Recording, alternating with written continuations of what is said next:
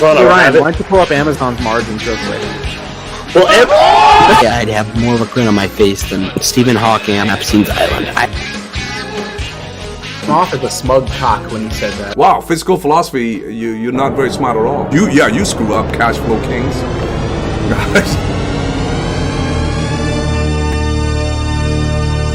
Dissector, you are an idiot. Well, it's Sunday and it's 12 o'clock Eastern, which means there's only one thing you could possibly be doing. And you're either in two situations right now. You were out last night, you were having some of that Zaza, maybe some shroomies, a little 6 milliliter pilly. Not a good night, not productive. Or you could have been watching the Cash Flow Kings 2-hour, 30th episode special. It was a treat.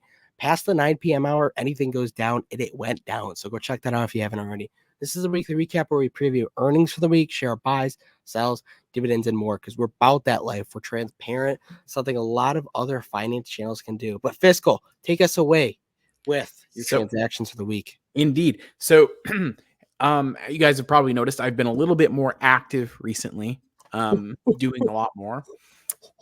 Yeah, hoping to land a few knockout punches. So the first thing you see, I believe, is a nice big dividend. I heard people like dividends. It's free money.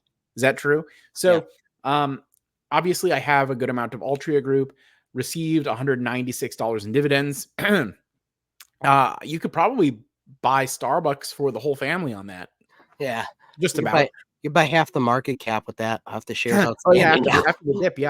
Yeah. So we'll get to that later. But you see my first of multiple grabs on Grab, 100 shares, which my dividend covered more than half of that purchase price, so pretty happy with that.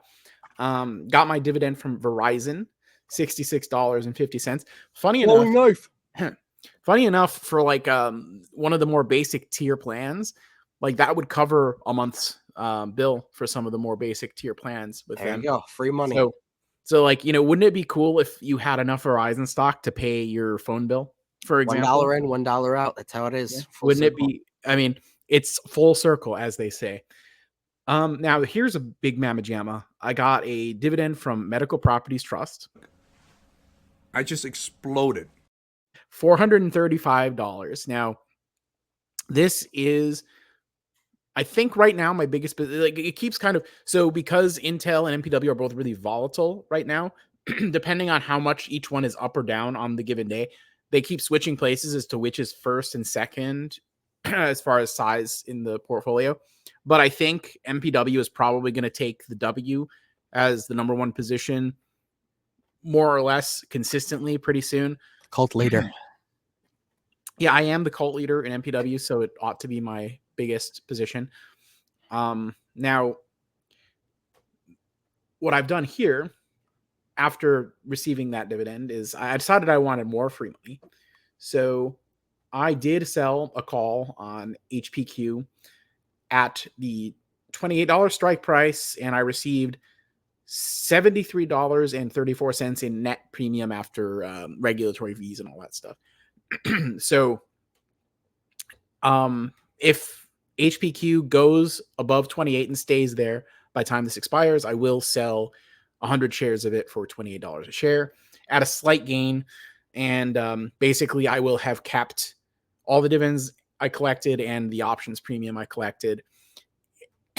Basically, holding HPQ for me at this point has been like a little bit better than holding cash, probably similar to holding treasuries or something like that in terms of how it's done for me. Maybe a little bit better than treasuries. Oh, what a treat.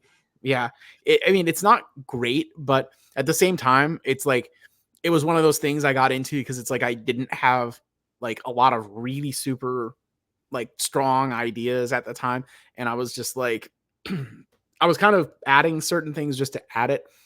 And so the fact that the matter is, if it turns out that it was better than holding cash, then I'm glad I had it and I can just get rid of it and exchange it for cash if I need to. Right. So I won't hate it that bad. Next transaction, please. Yeah. Oh yeah. This is the one. So I made a promise, right? A sort of prediction / promise. I had given a sort of like a target of where I would have interest in owning some Starbucks. I said $75. Now, there's some debate as to whether or not anybody could have ever foreseen Starbucks ever getting that low. But that's where I thought it was interesting. And I thought it was reasonable to think it could get there. And it did. And so as soon as it did, like literally, like as soon as I saw that it was, kind of staying at or below that price, I put in a limit order, got it for $74.99, so almost right on. I just exploded. Yeah. And so, I'm kind of using this, I guess, as a tracker share or something in the event that it could be that there's a big drop, and then it could be that there's like a slow recovery or a bleed off, or that it stays kind of range bound. One of those three things is going to happen. If in the event there's kind of like a bleed off and it continues to kind of trickle downward, I'm going to maybe look like for what I think might be like kind of a plateau on the fall, which those can fake you out. It can always go lower. By the way, I have a crazy prediction. It's rather going to go down or it's going to go up. Two things. Well, remember they can go sideways as well, but no, in the event that it does like kind of trend lower, I will be looking at maybe being a little bit more serious about it, because at the end of the day, Starbucks is it's got a lot of brand value. I think it's got a pretty decent moat. Kramer against it. Kramer hates it now. That's bullish. Yep. When 6 months ago he was looking like he wanted to give a blowy to the CEO. He had the look in his eye. Trust me, I know that look. So yeah, I'm just saying, like, it's got potential, right? Like I'm gonna be watching it a little bit more closely now. And that's the falling knives method. You watch stocks more closely when they start falling. Now here's an interesting thing. I picked up another 100 shares of Grab there. And then the next transaction was also another 100 shares of Grab. So really, like, I'm probably going to be adding as long as it stays under 4. But I tend to go a little bit heavier when it's under 350. Because when I started buying it, I think it was like, I want to say like 314 or something. And it's already like kind of sticking around that 350 mark. So I think it's like, I think people are starting to see the potential in it. And, I'm pretty sure this thing is poised for some greatness. All right. Now I did, looks like I sold a call on Vail stock. And this is just one of those things where it's like one of those little positions I have. It's an iron ore producer. It's kind of in a low point in stock price and pays out a lot of dividends semi-annually.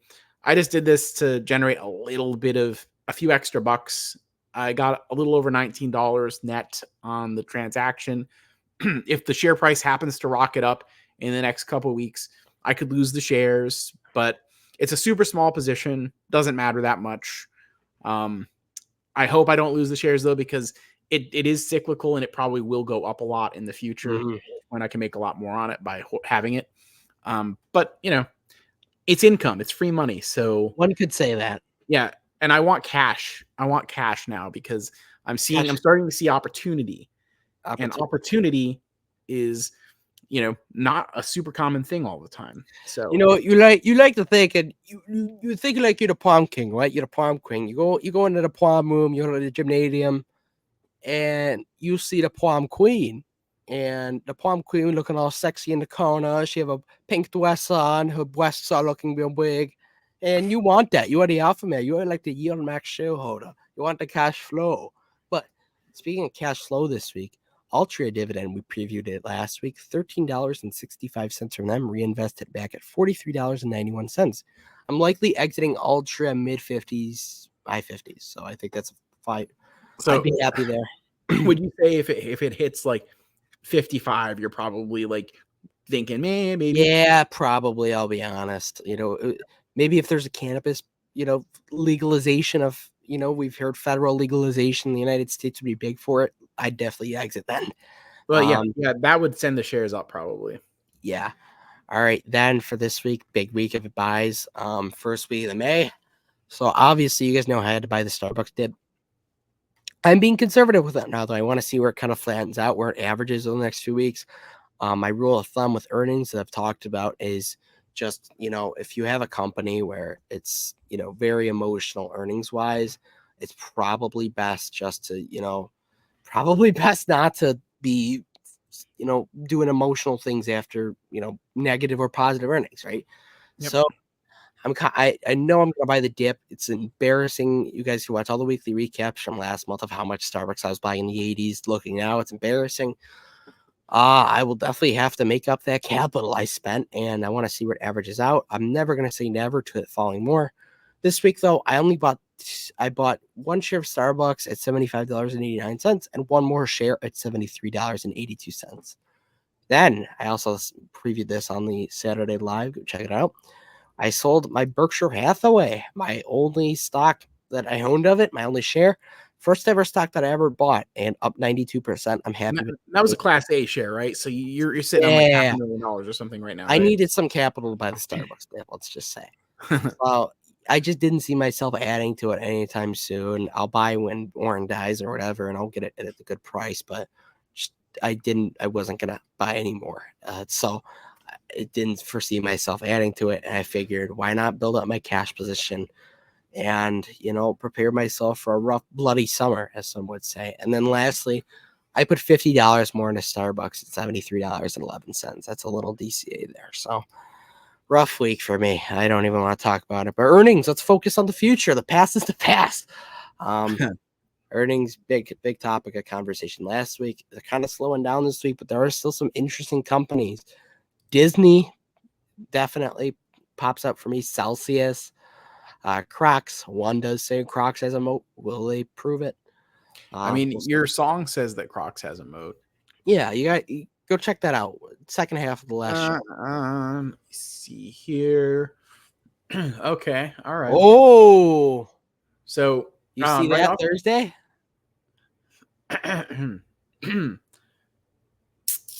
Let's see, Thursday, but MPW.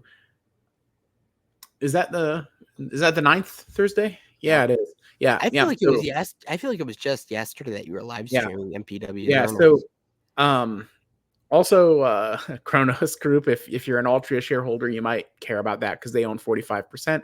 You gotta go live on here too. You gotta do a dual stream for MPW's earnings. I'll set you up. Yeah, I'm definitely. I definitely do wanna. I definitely do want to go live for MPW's earnings. My commenters have said that they would be interested in that. So Monday Palantir.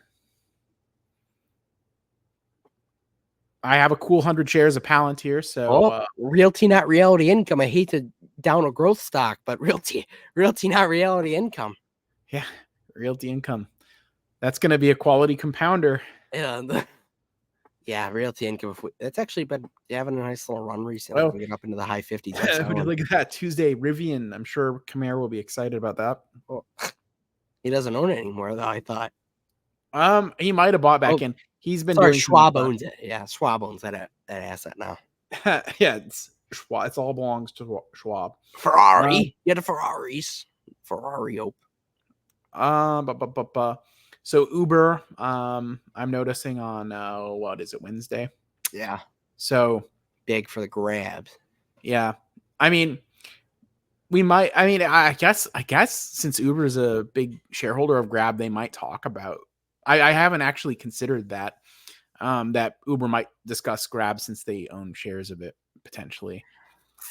Disney pre-market though, that's going to be interesting. They've never reported pre-market apparently since 2015. Interesting. I think so.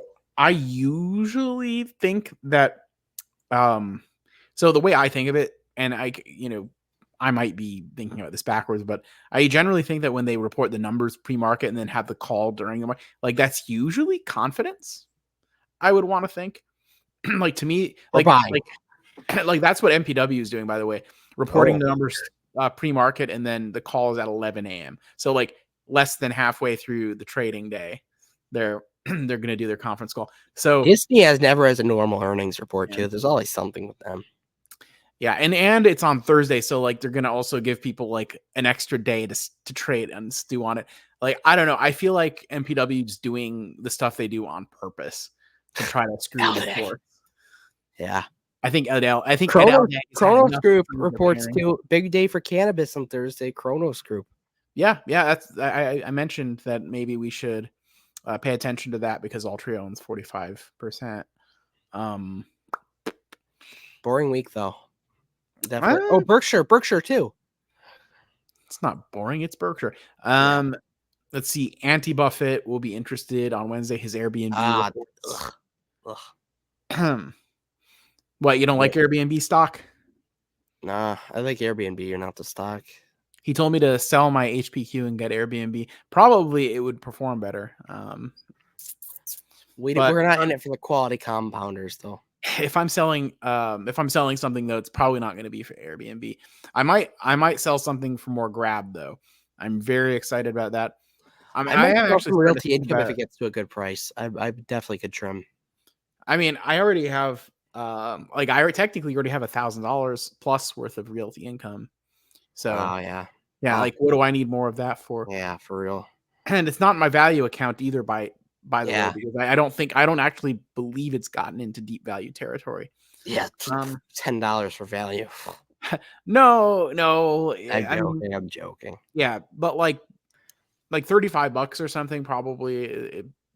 But like that's really low. It may never actually happen, right? Never. But know. Interesting week. I agree.